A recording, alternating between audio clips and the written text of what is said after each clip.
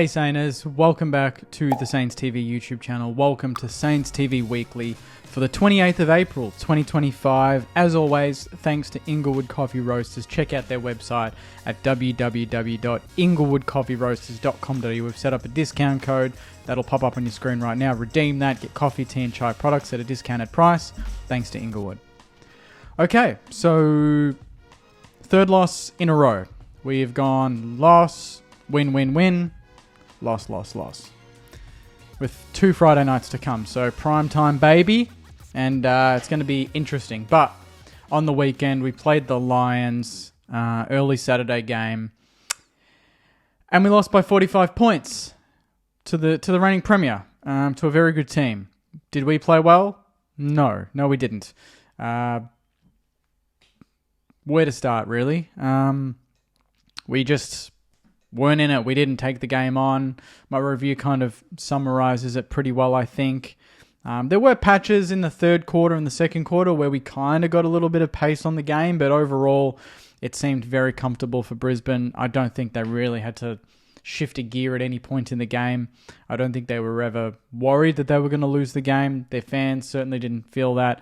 And on the flip side, I don't think a lot of St Kilda supporters thought we were in the game enough to really challenge them and potentially generate an upset of any magnitude. So that is our third loss in a row.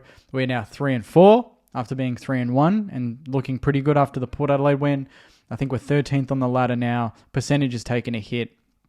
But we do have Fremantle on Friday night and then Carlton. So 2 games that, at our best, absolutely we can win. On current form, no, we're not winning those. So it's going to be a big week at selection. There's a lot of youngsters playing very well at the VFL level, which we'll talk about shortly.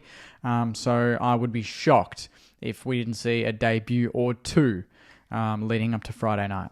Now, before we get into the injury updates and the VFL stuff, I'm kind of surprised. I mean, I don't mind this article here on Fox Sports. It was David King and Lee Montagna and them kind of backing up the fact that Ross had to get a little angry, and you can't have it both ways, as Joey mentioned. Some people want cuddly Ross, but they also want him to be really tough, and then when he's really tough, they think he's gone overboard. And like Joey, I think, mentioned it here, he gave the spray. He didn't get the response he wanted during the second quarter, so he made a statement.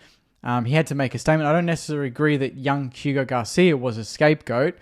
Lyon just had to change something. He had to take someone off and try and mix it up. That was the way that he went. I don't know why we're cooking Ross Lyon for making the sub call, because that's the sort of leadership and bold decision-making St Kilda certainly needs. They haven't won a flag in 60 years. That's what they needed. King added, Saints fans wanted a hard ass, and now they've got one. You can't have it both ways. And I totally agree. I have no issue with what Ross did. I'm sure we'll talk about it on the podcast later tonight with Ari and Sammy. But supposedly on Footy Furnace, they also said that he gave one of the all-time sprays post-game, and details of that obviously won't come out, but if he did, good on him, because the last 3 weeks have not been acceptable, and going into 2 winnable games, we need to get ourselves out of this rut big time, and regardless of whether we want to play finals or not, you've got to set standards, and if players aren't meeting those standards, then they're going to cop it between the eyes, and that's just the way it is. Jumping to injuries now, as of last week, Dougal Howard played, which is great. I think it's just going to make us that much more reassured in the back half, and it'll help Kel Wilkie and Caminiti if he plays back in the next 2 weeks. Jack Carroll is available. I think he might have played VFL. Hunter Clark should be. Mateus Filippo is available this week. Patrick said a couple weeks. Dan Butler 1 to 2 weeks. Max King TBC. Zane Cordy 3 months. Paddy Dow TBC.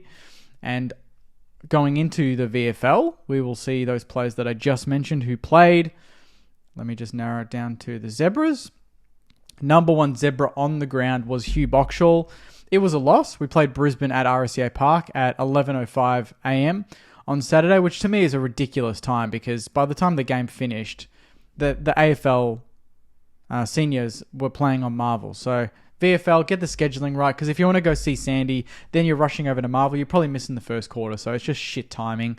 Like, it's at RSCA, which is great. Everyone can grab a cuppa, go down, but then you're putting the 120 is the men's, like the AFL seniors. It just doesn't make any sense. So I'm sure there wasn't a great turnout at the VFL, and that's probably the AFL's fault, or vice versa. The Lions took it home by 49 anyway. Hugh Boxall, 24 disposals, 4 marks, 10 tackles, 8 clearances. If he doesn't get a debut this week, I got no idea what's going on. Ari, 29 disposals, 7 marks, but no tackles, so I don't see him coming in. Harry Boyd, 33 hitouts, 18 disposals. Solid game from him. Angus Hasty, 24. This is the one I want to see. The Flying Viking, 17 disposals, 8 marks, 5 tackles. That is his best game in the VFL. I think he's played 3 or 4 now, maybe 3. Absolutely, with Mason Wood out this week, I would be looking at the Flying Viking in that forward line. I think that would be incredibly exciting. And you know what? Even if we're losing, bring in some excitement. And I'll tell you what, this kid's going to be exciting to watch for years to come. So if he gets a debut this week against Fremantle, I would not be shocked. Now, same with Hugh Boxall. Liam O'Connell, 13 disposals. Toby Travalia, 20 disposals, 7 marks, 2 tackles. He could be in line as well. Max Heath, 17 hitouts. And Jack Carroll did play 22 disposals, 6 tackles, 6 clearances on top of that. Liam Henry, 1 behind, 17 disposals, 3 tackles. Hard to judge. James Barrett as well, defender, 16 disposals and 6 marks. And Dodson, only the 6 disposals and 1 hit out. So I don't know if he was injured or they kind of nursed him back into the game, but he needs some more time there. But overall, there are some players there. Boxall, Toby, Tyroo, and Ari potentially. Even Jack Carroll could surprise. Who knows? Liam Henry maybe, but Liam Henry doesn't really dominate VFL at any point. So if it's just fitness-based and he comes in, fine, but let's get it right. Every time we bring in a player that's been injured and he goes through VFL, they don't look right. Liam Henry was subbed out early last week. We can't have that again if he does play. Moving on from the VFL, just switching to round 9 now. Obviously, it's round 8 coming up on Friday night, but the following Friday night, it is Spud's game, and today is the official launch of Spud's game. The club have promoted that over their socials in the last couple of hours. The theme is Don't Carry It Alone, and they're doing an amazing activation at the MCG. They're bringing it to life physically and symbolically across a 24-hour ride. So on the Thursday, I think the 7th or 8th of May to the 9th when the game's on, they're going to be doing a 24-hour cycle around the MCG, and I'm planning to take part in that, which will be really exciting. There'll be a lot of other content creators, and Cozzy's going to do it, Broden Kelly, Majak Dor, to name a few. There's going to be more announced in the coming days, apparently.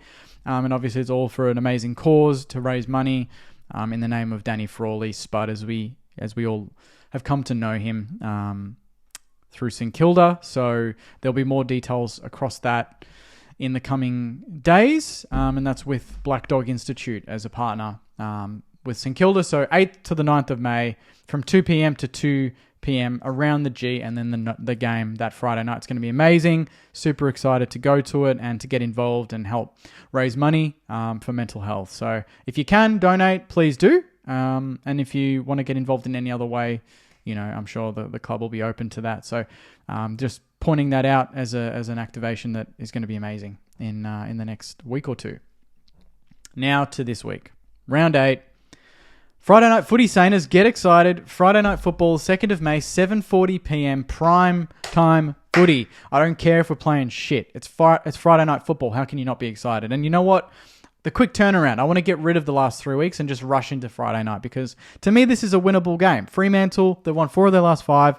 Their loss was to Melbourne at the MCG. They are gettable. They beat Adelaide, but Fremantle are notably very good at home, and they struggle when they travel, apart from when they travel to Geelong, where they seem to play really well. So this is winnable. I don't care what people say, how bad our form's been. We've played 5 of the top 8. I think we've played 6 teams inside the top 10. The only team below us we've played is Richmond, and we belted them. Every other team, they're above us inside the top 10, and the rest are inside the top 8. So our draw's not been kind. I think it's going to open up in the next month. So Fremantle, gettable, Carlton, they're hitting form, they're looking good, but obviously we've beaten them the last couple of times. And if we win this game, hopefully we can build in some confidence, get Filippo back. Obviously Dukes is going to have a couple of games under his belt. Hopefully we can sort our shit out and put on a show on Friday night football, because if we can win this, we go to 4-4. things are looking okay. If we go to 3-5, the season is getting away from us. So I don't know what the ins and outs are going to be, but if you can get to the game, please do. I know it's Fremantle, and I think we got 29,000 on the weekend. I don't know if that's a great crowd against the reigning premier, but I was pretty surprised to see it almost hit 30. If we can get 25 on Friday night, 25 to 30 against the Dockers, that would be amazing. Obviously, I think generally our crowds are pretty low against Fremantle, which is no surprise, 21,000 or so, but it's Friday night football. We don't get that very often. If we can get the win, get a crowd there, that'll, I think, go a long way to hopefully building into the season again, because we've seen it. You have 3 up weeks, you're looking amazing. You have 3 down weeks, you think you're the worst team in the comp. So things can change very quickly. They've changed quickly for the worse for us in the last 3 weeks, but there's no doubt in the next 2 weeks, if we can get some momentum, maybe they can change again for the better. So get to the game if you can, Sainers. Obviously, Friends of Fire will be having their discount. So when I get details of that during the week, you will be the first to know. And thanks to everyone who actually attended Friends of Fire before the game on Saturday. That was awesome to support a business that is supporting the channel. So on that note, Sainers, that is Saints TV Weekly. Thank you very much for watching. Any other news during the week, I will be breaking it on the channel, no doubt. And hopefully have a great week. Podcast tonight, the team's Thursday night, Woody's video tomorrow, Ari's predicted 23 Wednesday, my preview Wednesday night. It's going to be a big week in the lead up to Friday night football against Fremantle. So thanks again, Sainers. Enjoy the rest of your week. And as always, go Mighty Sainers. See you guys.